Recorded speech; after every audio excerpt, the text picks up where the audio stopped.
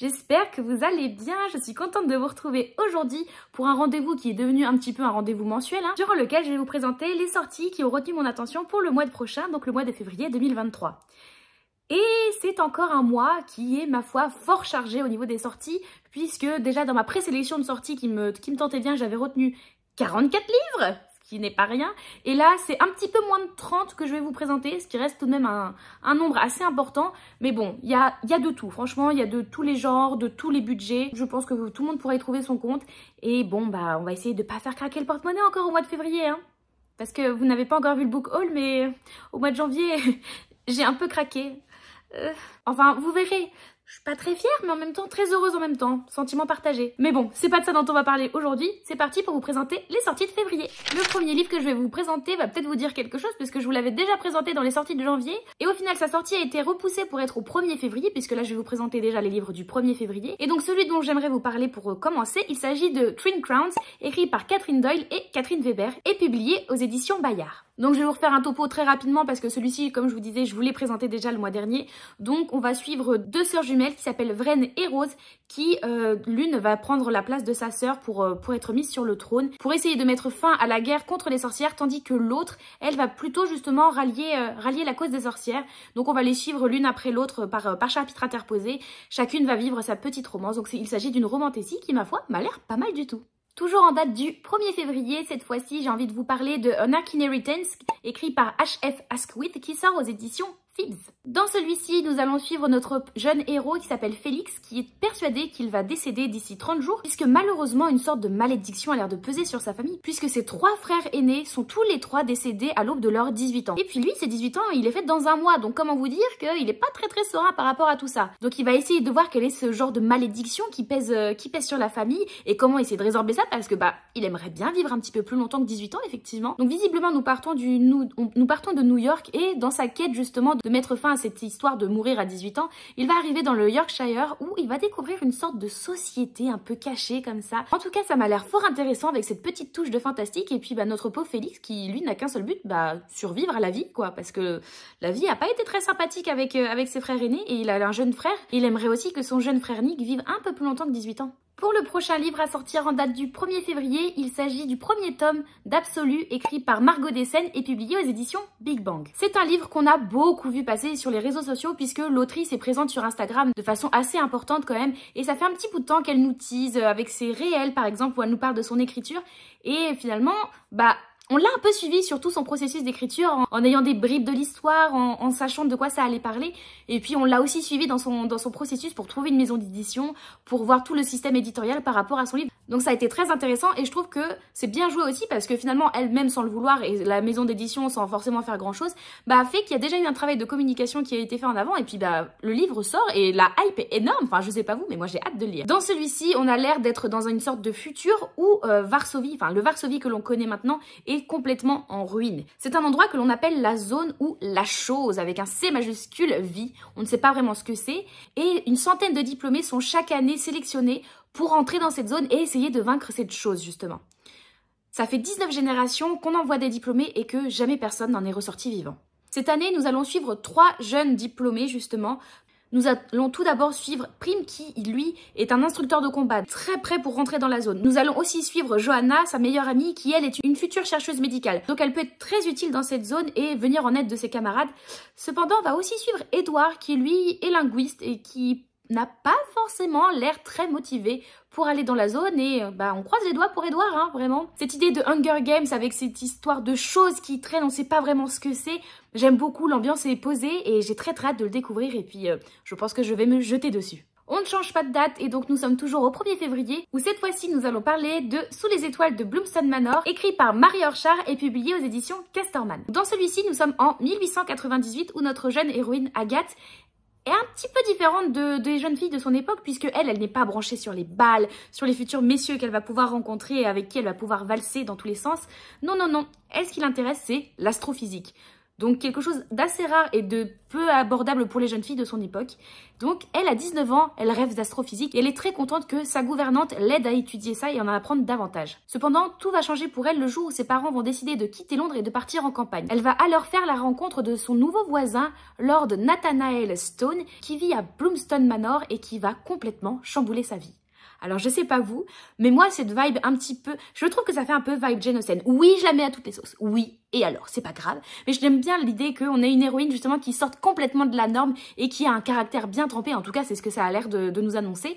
Et finalement, qu'est-ce que ça annonce pour elle, ce déménagement? Parce qu'en soi, un déménagement, c'est pas grave, ça la gêne pas pour continuer d'apprendre l'astrophysique si c'est ça qui lui plaît, mais finalement, qu'est-ce que ça implique? En tout cas, il me fait très envie et j'espère pouvoir me le procurer. Pour le dernier livre sortant ce 1er février, j'ai envie de vous parler du premier tome de la saga Dreamblood qui s'appelle La Lune Tueuse, écrit par N.K. Jemisin et publié aux éditions Pygmalion. Ici, nous sommes dans une cité-état du nom de Gujaret où la seule loi est la loi de la paix. Tel est l'objectif de vie, garder la paix, la maintenir. Pour cela, des gardiens de la paix existent nommés des collecteurs et qui servent la déesse des rêves et qui ont pour but de récolter la magie de l'esprit endormi ou de tous les esprits corrompus. Cependant, une conspiration va complètement éclater au grand jour et cela va remettre en cause tout ce dont Eiru, le plus célèbre des collecteurs, croyait. Et finalement, la paix, c'est peut-être pas ce qu'on pensait vraiment être.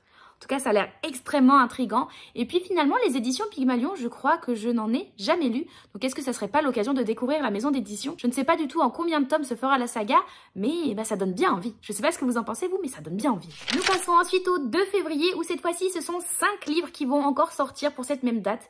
Et le premier dont j'ai envie de vous parler, c'est une suite et fin de saga, puisqu'il s'agit du 3e tome de la saga Inheritance Games, écrit par Jennifer Lynn Barnes et publié aux éditions PKJ. Donc je ne vais pas vous résumer le tome 3, je n'ai même pas encore commencé à lire le tome 1. Cependant, ça sera bientôt chose faite puisque à l'heure où je vous tourne, ça n'a pas encore déroulé, mais pour vous, c'est déjà dans le passé. Ah là là, la temporalité, c'est compliqué.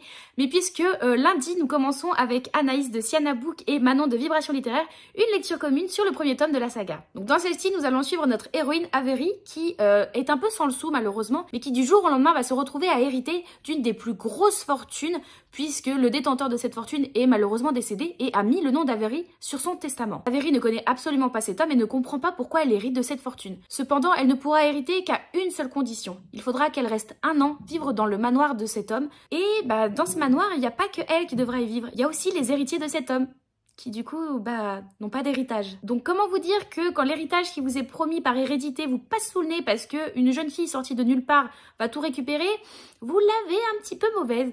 Donc effectivement, les relations risquent d'être un petit peu tendax dans le manoir. Donc Avery va-t-elle tenir pendant 1 an? Le 3e tome nous le dira puisque ça sera la fin de cette trilogie. Nous continuons avec les suites et fin de saga puisque cette fois-ci c'est le tome 2 duologie qui sortira aussi le 2 février. Le tome 2 d'une duologie qui sort le 2 février. Ça fait beaucoup de 2 tout ça. Il s'agit cette fois-ci d'un Dark Duet écrit par V. Ishwab et publié aux éditions Lumen. Donc c'est la suite de This Savage Song qui est sortie l'année dernière, je ne sais plus quand, mais finalement il n'y a même pas 1 an qu'il est sorti le premier tome. Donc on aura eu la duologie assez rapidement, donc ça c'est chouette. Donc je n'ai pas lu le tome 1, donc je vais pas vous résumer le tome 2 et de toute façon pour éviter tout spoil, je ne vais pas le faire. Mais si ma mémoire est bonne, dans le tome 1, nous suivons 2 personnages. Nous suivons tout d'abord Auguste, qui est le fils d'une famille qui a l'air de se battre contre des monstres, puisque nous sommes dans une ville où humains et monstres vont essayer de cohabiter, ne cohabitent pas du tout, et donc se battent un petit peu les uns contre les autres. Et donc Auguste, qui est le fils d'une famille où on se bat contre les monstres, on essaye de les éradiquer, et donc lui perpétue la tradition de la famille. Et on va aussi, parallèlement à ça, suivre Kate, qui, elle, justement, est considérée comme un monstre. Je ne sais pas exactement pourquoi. Et donc, ils vont être un petit peu retrouvés à être confrontés l'un à l'autre. Mais j'imagine bien qu'une sorte de relation, si ce n'est romance, va s'établir entre eux. En tout cas, c'est du V. Ishwab. J'avais absolument adoré La vie invisible d'Adi Larue. J'ai Galante dans ma palle que je n'ai pas encore lu, mais je fais complètement confiance à l'autrice. Je sais toute la bonne presse qu'elle a. J'ai envie de lui faire confiance et donc, en plus, ça peut être intéressant pour vous de savoir que la duologie sera terminée ce mois-ci. Nous continuons toujours en date du 2 février avec le premier tome de la saga Leur passé nous appartient, se nommant Stealing Infinity, écrit par Alison Noël et publié aux éditions Michel Lafon. Dans celui-ci, nous suivons une héroïne qui a été exclue de son lycée et qui se retrouve à devoir intégrer un internat qui est un petit peu perdu, qui ne se trouve sur aucune carte et dont le propriétaire, très riche et très féru de nouvelles technologies, a l'air un petit peu bizarre. C'est donc comme ça que notre héroïne se retrouve à l'académie Greyhoff, dont tous les étudiants ont un trait particulier. Il ne manque absolument à personne. Vraiment, tout le monde s'en fiche d'eux, les pauvres. C'est aussi dans cette académie que notre héroïne va justement sembler montrer quelques formes de dons, Quel est ce don? Quelle est son utilité? Quel est ce monde du coup où des dons existent? On va découvrir tout ça avec les yeux de notre héroïne. Et donc ça a l'air d'être une sorte de Dark Academia, donc ça peut être pas mal du tout. En tout cas, Alison Noël, j'avais déjà lu une saga d'elle quand j'étais ado, voire pré-ado, qui s'appelait Eternals, donc ça date un petit peu. C'est une saga en 6 tomes, me semble-t-il, que j'avais bien aimé à l'époque. Et donc pourquoi pas, hein, à voir en tout cas. Nous allons cette fois-ci totalement changer de registre, mais toujours en date du 2 février, puisque j'aimerais vous parler du premier tome de la saga Les Mystères de Sœur Johanna, se nommant Mort au couvent, écrit par Oscar de Muriel et publié aux éditions Les Presses de la Cité. Ici, nous sommes à Mexico, donc en Nouvelle-Espagne, au XVIIe siècle, dans un couvent. Je pense que vous l'avez vu venir vu le titre. Hein. Cependant, dans ce couvent, l'ambiance n'est pas folle, puisqu'on retrouve des religieuses et des servantes qui sont sacrifiées sur l'autel de façon complètement sanguinolente. On suit alors Alina, qui est une jeune novice qui vient tout juste de prendre le voile et qui va se retrouver associée avec sœur Johanna pour essayer de découvrir quel est ce meurtrier, quel est le but, et puis finalement on va mettre à jour dans ce couvent pas mal de péchés, de fornication et toute autre forme d'acte pas forcément très bien vu de Dieu. Donc j'aime beaucoup cet esprit. Ça fait un petit peu penser au Nom de la Rose que je n'ai jamais lu mais dont j'ai vu l'adaptation cinématographique que j'ai adorée, et j'aime l'idée de retrouver cette ambiance du Nom de la Rose retranscrit au niveau du Mexique au XVIIe siècle. Je pense que ça peut être très intéressant et du coup le livre me fait envie. Après, à voir est-ce que en saga ça vaut le coup. En tout cas, le premier tome me fait bien envie. Pour le dernier livre sortant le 2 février, il s'agit de De lune en lune, écrit par Lee Steven et publié aux éditions Scrinéo. Dans celui-ci, nous évoluons dans un monde où la temporalité semble être complètement différente puisque il n'y a pas de passé, il n'y a pas de présent, il n'y a pas de futur, tout semble s'entremêler, donc ça a l'air extrêmement particulier. Et nous allons nous pencher sur les personnages de Pomme et Yael, qui ont la particularité de pouvoir changer d'un endroit à un autre en un claquement de doigts comme ça. Donc ces personnages peuvent se téléporter. Cependant, elles vont franchir les limites de l'interdit au moment où elles vont décider de remonter le temps de quelques heures. À ce moment-là, Pomme sera alors jetée en prison et Yael, elle, sera livrée à elle-même face aux bêtes sauvages qui ont complètement envahi notre monde. Elle va donc tenter de survivre et dans cette quête de survie, elle va faire la rencontre de Bintou qui semble pouvoir l'aider à libérer Pomme. Pour Scrinéo aussi, je n'ai jamais lu d'ouvrage de la maison d'édition et je me dis que De lune en lune me donne pas mal envie et que ça pourrait être l'occasion. Alors je ne sais pas ce que vous en pensez vous, mais j'aime l'idée que cette temporalité soit complètement mise en vrac et qu'on n'ait pas de passé, pas de présent, pas de futur. C'est un petit peu perturbant, mais je pense que ça peut être une vraie gymnastique à lire et que ça peut être super intéressant. Nous avançons un petit peu dans le temps puisque nous arrivons à la date du 8 février où cette fois-ci c'est 2 sorties qui ont attiré un petit peu mon regard. La première étant le premier tome de la saga Belle Morte écrit par Bella Higgin et publié aux éditions Hachette Roman. Ici ça fait 10 ans que l'on sait que les vampires existent et qu'ils sont connus de tous. Bien qu'avant ils aient été perçus comme des monstres vraiment assoiffés de sang, donc si vous voulez le cliché du vampire, là ils ont un petit peu changé puisqu'ils sont devenus un petit peu mystérieux mais en même temps assez célèbres si vous voulez. C'est vraiment, ils sont prisés. Ils se sont donc un petit peu écartés des humains pour s'organiser et vivre dans des maisons différentes. En sachant cela, notre héroïne Rénie, elle va essayer d'intégrer la maison Belle Morte pour devenir donneuse de sang. En tout cas, c'est ce que les vampires appartenant à Belle Morte croient, puisque le vrai objectif de Rénie, c'est de retrouver sa sœur June, qui est rentrée dans cette maison il y a quelques mois et qui depuis ne donne plus de nouvelles. Donc ici, j'aime beaucoup l'idée que les vampires sont trompés par notre héroïne, et puis en tout cas, ça m'a l'air pas mal du tout. Et l'idée de donneuse de sang, j'aime pas mal, ouais. Le deuxième livre à sortir le 8 février, il s'agit de Là où règnent les baleines, écrit par J.C. Bertrand et publié aux éditions L'École des loisirs dans leur collection Medium. Nous suivons Rohan qui se retrouve malheureusement à devoir passer ses vacances d'été chez son oncle Kiersik qu'elle ne connaît pas et qu'elle n'affectionne pas plus que ça. Ce dernier vit dans un phare complètement reclus au niveau de l'Atlantique et ne propose pas beaucoup d'activités à la jeune fille. Elle va donc se retrouver un petit peu seule et n'a qu'une seule envie, rentrer chez elle le plus rapidement possible. Cependant, va-t-elle autant s'ennuyer qu'elle le pensait lorsqu'elle apprend du village voisin que l'on note de nombreux naufrages dernièrement et qu'un bateau de pêche est récemment porté disparu? Est-ce que cela est lié à la voix d'enfant qu'elle entend durant la nuit?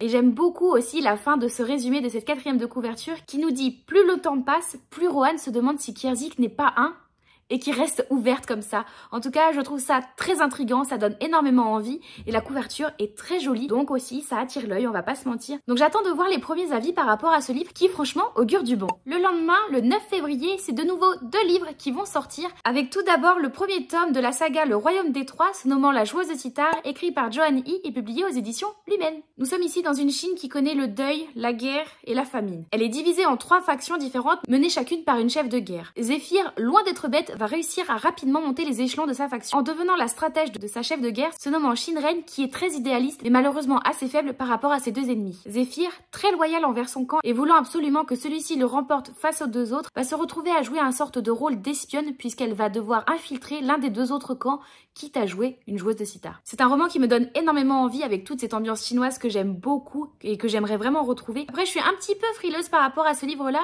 puisque l'autrice, donc Joanne Yi, est celle qui avait écrit dans la même même maison d'édition d'ailleurs, ceux qui nous font retrouver et qui n'avaient pas eu que des très bons retours. Donc pareil pour la joueuse de sitar, je vais attendre de voir les premiers retours arriver pour me décider pour savoir si je le prends oui ou non. En tout cas, sur le papier, il donne vraiment très envie. Pour le deuxième livre à paraître le 9 février, j'aimerais vous parler des Aveuglés, le Palais des Murmures, écrit par Loïc Noté et publié aux éditions Michel Lafon. Donc là pour celui-ci, je ne vais pas vous faire mon propre résumé, mais je vais vraiment vous lire celui qui nous est proposé parce que je le trouve vraiment très beau et très juste et je pense que vous allez entièrement comprendre de quoi il en retourne. Vous allez voir. Nos reflets sont d'une cruauté sans nom avec nous, mais ces malveillantes petites voix qui nous parviennent ne sont pas forcément les nôtres, car tapis dans l'ombre, une créature magique et démoniaque du nom de Narcisse est à l'œuvre. Son objectif, aveugler ceux qui se contemplent trop dans la glace, les faire sombrer dans le désespoir et la haine d'eux-mêmes pour, enfin, les attirer de l'autre côté du miroir dans son terrifiant et fantastique palais des murmures, où ils seront réduits en esclavage. C'est ainsi que Théo, la sœur de Nathan, a disparu.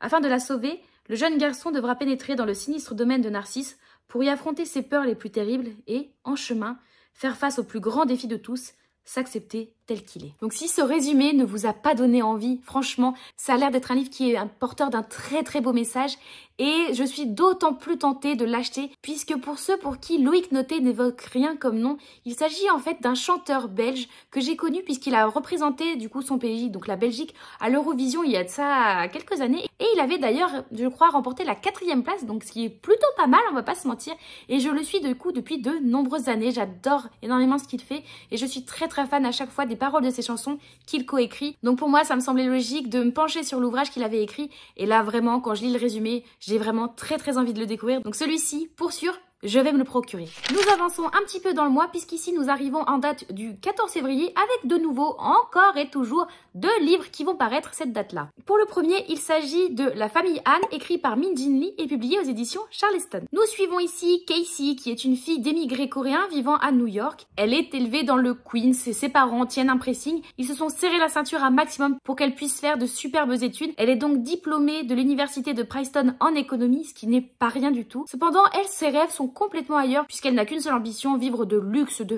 paillettes, c'est ça qui la fait vibrer. Et elle n'a qu'une seule ambition, aller vivre à Manhattan. Suite à une dispute justement par rapport à son avenir avec ses parents, son père la met à la porte et là, Casey malheureusement va découvrir qu'effectivement il n'est pas si simple de se débrouiller tout seul et elle va comprendre que la relation qu'elle a avec son petit ami n'est peut-être pas si saine que ça, que vivre avec des dettes sur dos, c'est pareil, ça met un petit peu de bâton dans les roues.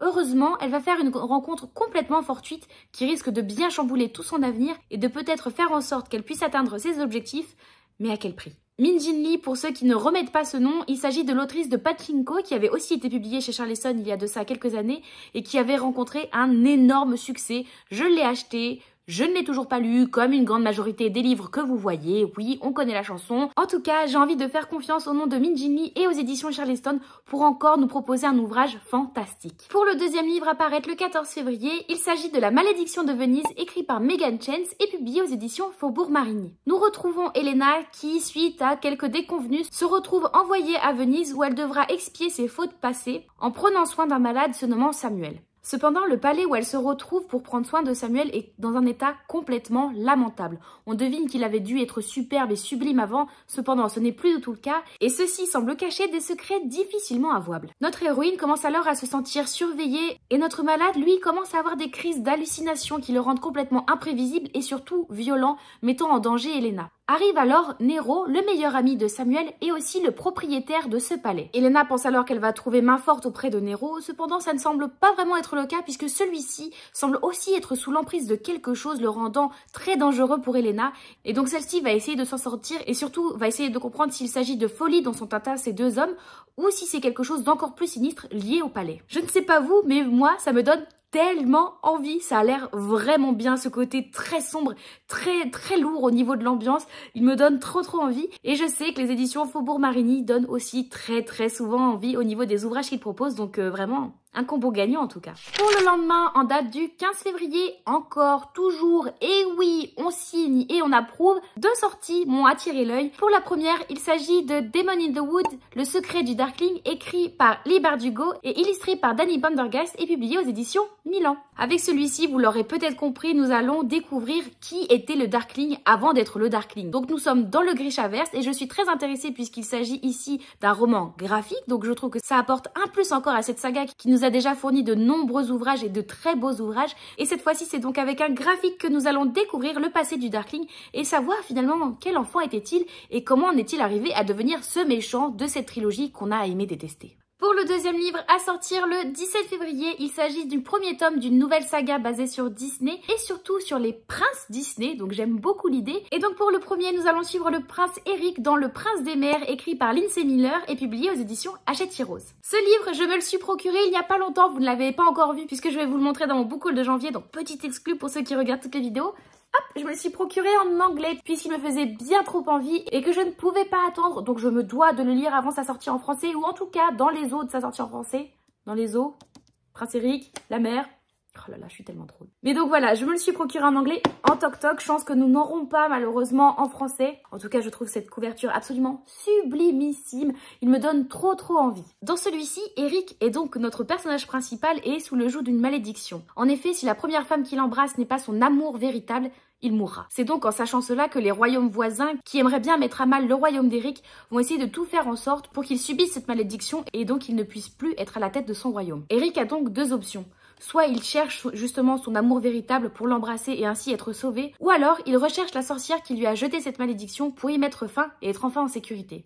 C'est donc cette deuxième option que choisit Eric et va donc chercher la sorcière des mers afin d'être libéré de cette malédiction. Cependant, dans sa recherche justement de cette sorcière des mers, il va découvrir une sirène qui peut-être pourrait tout chambouler. Il s'agit donc d'une réécriture de La Petite Sirène qui pendant longtemps a été mon Disney préféré et Eric est encore toujours, je pense, mon prince préféré, vraiment. La Marie d'il y a 20 ans était si amoureuse d'Eric, donc vraiment j'ai très hâte de le découvrir et que vous puissiez aussi le découvrir. Pour le jour suivant, donc en date du 16 février, c'est encore deux livres que je vais vous présenter et cette fois-ci deux livres publiés dans la même maison d'édition. Après, maison d'édition que l'on connaît pour avoir parfois un petit peu de mal à respecter les dates données pour ses sorties de livres. Et donc pour le premier, j'ai envie de vous parler de We Free the Star de Hafsa Faisal et donc publié aux éditions de Saxus. Il s'agit ici du second tome de la duologie, donc ça sera terminé pour cette saga et dont le premier tome était Les Chasseurs de Flammes. Je vous en avais rapidement parlé dans ma vidéo où je faisais un petit peu ma liste au Père Noël en disant que le premier tome me faisait très envie et je vous disais par la même occasion que finalement je ne savais pas exactement de quoi ça parlait à part que c'était une fantaisie orientale et que les avis étaient quand même majoritairement très positifs et que du coup bah la hype m'avait laissé tenter.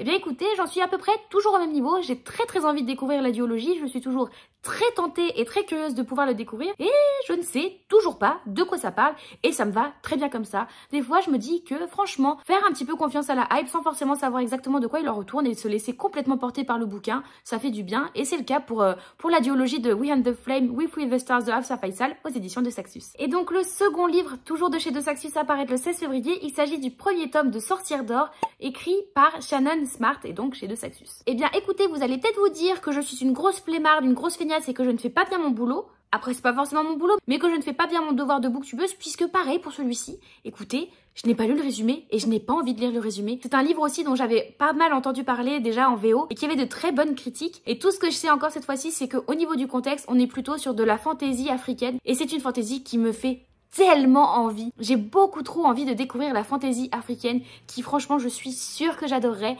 Et donc bah like, c'est encore un premier tome de saga dans de la fantaisie africaine. Donc si vous êtes tenté par le genre, je vous invite à aller regarder le résumé parce que moi j'ai pas envie de me spoiler. Nous avançons un peu dans le temps puisque nous arrivons en date du 22 février avec encore 3 sorties qui m'ont attiré l'œil. La première, il s'agit encore d'une saga qui se termine. Franchement février, c'est quand même un bon mois pour les fins de saga, j'ai l'impression. Bon, c'est aussi un bon mois pour les débuts de saga. Bon, finalement, est-ce que c'est vraiment un bon mois? Pas sûr. Mais cette fois-ci, il s'agit du second et dernier tome de la duologie Fable, écrit par Adrienne Young et publié aux éditions Rajo. Alors, je n'ai pas lu le premier tome, je ne vais pas vous résumer le tome 2, puisque ça serait vous spoiler, mais en tout cas, dans le premier tome, nous suivions notre héroïne Fable qui vivait sur l'île de Géval, qui ne faisait confiance à absolument personne, et qui avait pour rôle un petit peu de plonger et de récupérer des gemmes qu'elle revendait au capitaine d'un navire marchand. Elle décide alors de complètement changer son destin quand elle part à la recherche de son père et surtout de conquérir son héritage. Le premier tome de la duologie avait fait énormément parler de lui quand il est sorti l'année dernière, et donc là, la duologie va enfin pouvoir se terminer, donc ça va être vraiment cool. J'ai bien hâte de pouvoir le découvrir, même si, bon, oui, il faut d'abord lire le tome 1, on s'entend, mais en tout cas, c'est vraiment cool de savoir que la duologie sera terminée et qu'on va pouvoir, si on veut, on va pouvoir binge-reader les deux, ça c'est trop cool. Pour le second livre à sortir le 22 février, il s'agit de Téhéran Trip, écrit par Masha Mohebali et publié aux éditions La Croisée. Nous suivons Shadi, une jeune femme iranienne qui malheureusement est addicte à l'opium pour un petit peu sortir de son quotidien avec sa famille très omniprésente et surtout ses parents très stricts. On est aussi dans un Téhéran qui subit de nombreux tremblements de terre, autant géographique mais aussi politique, puisque l'instabilité est palpable à tout niveau. Ce roman nous propose donc, le temps d'un week-end, finalement de découvrir quel est véritablement le visage de la jeunesse de Téhéran et surtout son côté décomplexé, désenchanté et surtout extrêmement fascinant. C'est un roman que je trouve absolument prometteur. Après, tout va dépendre aussi de la plume, je pense, qui peut absolument embellir ce postulat qui me donne extrêmement envie, puisque finalement, Téhéran, je ne connais absolument pas le contexte sur place, que ce soit historiquement parlant, autant que de façon contemporaine, je ne connais pas du tout ce qui s'y passe. Et ce livre promet vraiment de découvrir son contexte, de découvrir sa façon de penser à travers les yeux d'une jeunesse comme ça qui subit un petit peu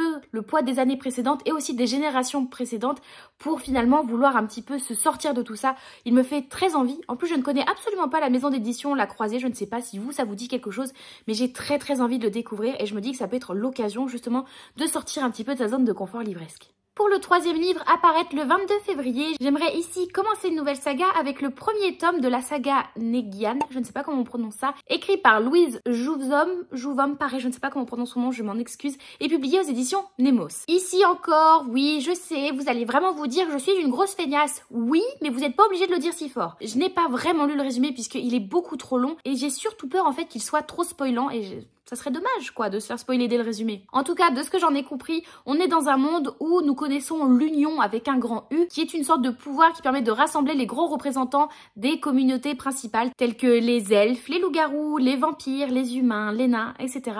Donc on évoluera dans un monde de fantasy complète, et ça j'aime beaucoup. J'aime beaucoup quand on retrouve toutes ces créatures mélangées les unes avec les autres à une bonne grosse fantasy, ça fait toujours du bien. Et ici, l'union va devoir faire face à un meurtre, et donc essayer de mettre des moyens en place pour savoir s'il s'agit d'un complot, d'un coup d'état ou encore d'une vendetta. En tout cas, on va essayer de comprendre ça et de voir cette histoire évoluer avec toutes ces créatures présentes. Je n'en sais pas beaucoup plus, je sais que mon résumé est très foireux. En tout cas, comme d'habitude, de toute façon, je vous mets le lien vers tous les livres que je cite en barre d'infos. Donc si vous aimeriez en savoir plus et vous-même n'avez pas peur de vous faire spoiler par le résumé, je vous invite à aller regarder dans la barre d'infos et à cliquer pour un peu le lire et puis vous faire votre avis pour savoir si oui ou non vous êtes intéressé. Nous changeons de jour et passons au 23 février avec de nouveau 3 sorties dont j'aimerais vous parler. La première, il s'agit du premier tome du Royaume des damnés écrit par Kerry Maniscalco et publié aux éditions de Saxus. Donc ici, encore et toujours avec de Saxus, on ne sait pas véritablement s'il sortira le jour annoncé de sa sortie. Il y a moyen que non, sachant qu'à l'heure où je vous filme cette vidéo, encore aucune couverture n'a été annoncée pour la version française, donc c'est pour ça que je vous présente la version originale.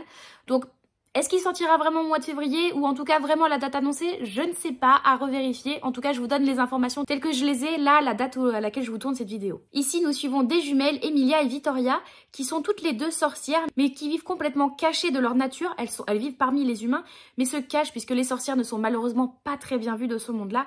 Et donc, elles vivent parmi des humains et cachent complètement leur pouvoir. Cependant, tout va changer le jour où Emilia retrouve le corps de sa sœur Vittoria, complètement détruit. Dévastée, Emilia va alors tout faire pour essayer de savoir qui a tué sa sœur et pourquoi, quitte à justement laisser transparaître sa magie et se dévoiler aux yeux de tous.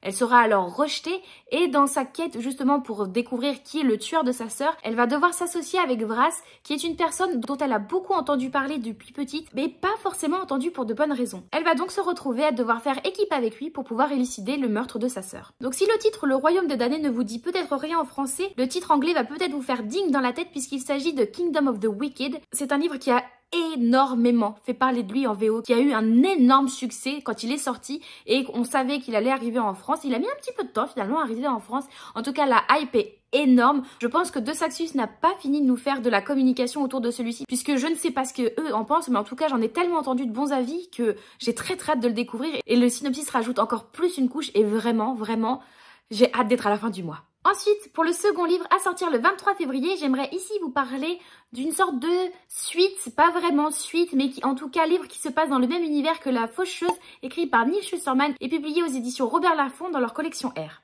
Ici, ça va plutôt être une sorte de tome compagnon puisqu'il faut absolument avoir lu la trilogie originelle de la Faucheuse pour pouvoir lire celui-ci, puisqu'en fait il s'agit de 13 histoires un petit peu secrètes sortant de l'univers de la Faucheuse. Donc il faut absolument connaître l'univers, connaître les tenants et aboutissants de cette histoire pour comprendre justement quelles sont ces histoires et ce qu'elles impliquent et permettent aussi effectivement pour les fans de la saga de se replonger dans celle-ci. Je n'ai pas encore eu la chance de pouvoir découvrir la Faucheuse, j'ai la trilogie complète dans ma palle, je ne l'ai pas encore lue, peut-être sera-t-elle lue cette année, rien n'est moins sûr, mais en tout cas pour ceux qui avaient envie de retourner dans celle-ci, eh bien écoutez, l'auteur et la collection R vous ont entendu, puisqu'effectivement vous allez pouvoir retrouver 13 histoires exclusives sorties de cette saga. Pour le troisième livre à paraître en date du 23 février, j'aimerais ici vous parler des Disparus de Blackmore, écrit par Henri Lovenbruck et publié aux éditions XO. Ici nous sommes en 1925 et nous allons suivre notre jeune Lorraine, 23 ans, qui vient tout juste d'être diplômée de l'Institut de criminologie de Paris, qui a ouvert ses portes en 1922. Elle est donc spécialisée en médecine légale et en psychiatrie criminelle et espère bien pouvoir rejoindre le laboratoire de police scientifique de Lyon. En attendant cela, elle reçoit cependant une lettre qui, moyennant bon revenu,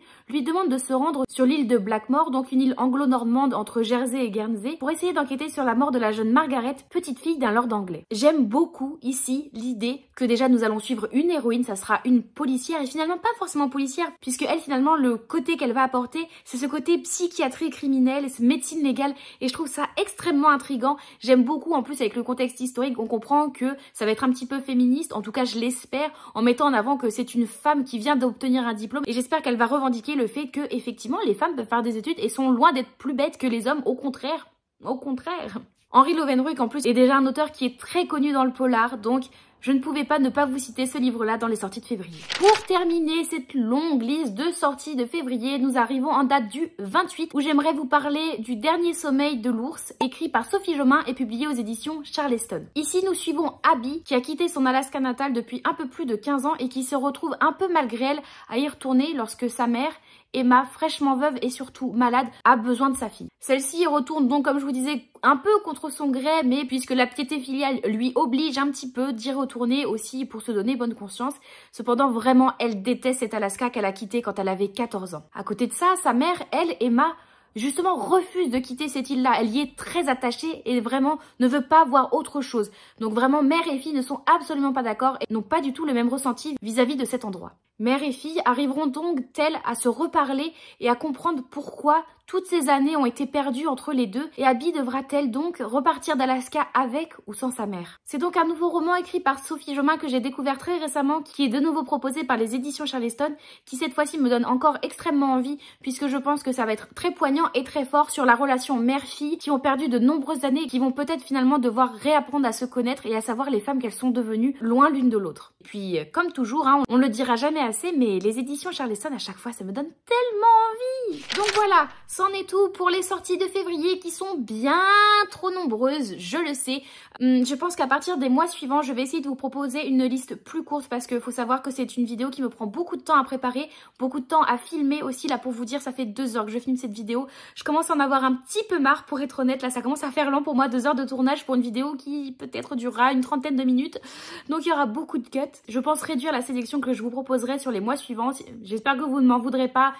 Et dans tous les cas, je vous invite de toute façon à aller vous renseigner parce que ça reste des listes, même ce mois-ci, qui sont très incomplètes finalement par rapport à toutes les sorties littéraires qui nous sont proposées tous les mois. Et dites-moi en commentaire, vous, est-ce qu'il y a des livres que je vous ai cités ce mois-ci qui vous ont un petit peu intrigué et pour lesquels vous allez peut-être vous laisser tenter? Ou alors est-ce qu'au contraire, vous, il y a des livres que vous avez vu passer que je n'ai pas cités et que vous pensez qu'ils pourraient me plaire? N'hésitez pas à me dire tout ça en commentaire, je vous lis à chaque fois et c'est un grand plaisir de vous répondre aussi. Si le cœur vous en dit, n'hésitez pas à liker, commenter, vous abonner. Si vous êtes vraiment gentil à partager cette vidéo, je ne vous le dirai jamais assez, mais ça aide énormément, c'est vraiment un gros soutien et puis surtout ça me fait comprendre que vous aimez un petit peu le travail que je fournis et ça fait vraiment très plaisir.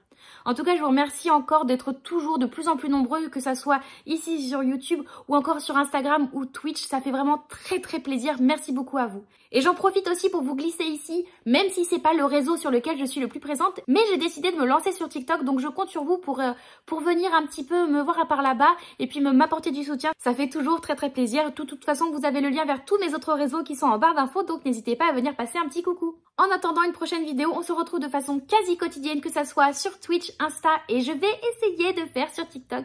Et je vous remercie beaucoup d'avoir regardé cette vidéo. Je vous souhaite une bonne journée, une bonne nuit, une bonne soirée, tout ce que vous voulez, et à une toute prochaine.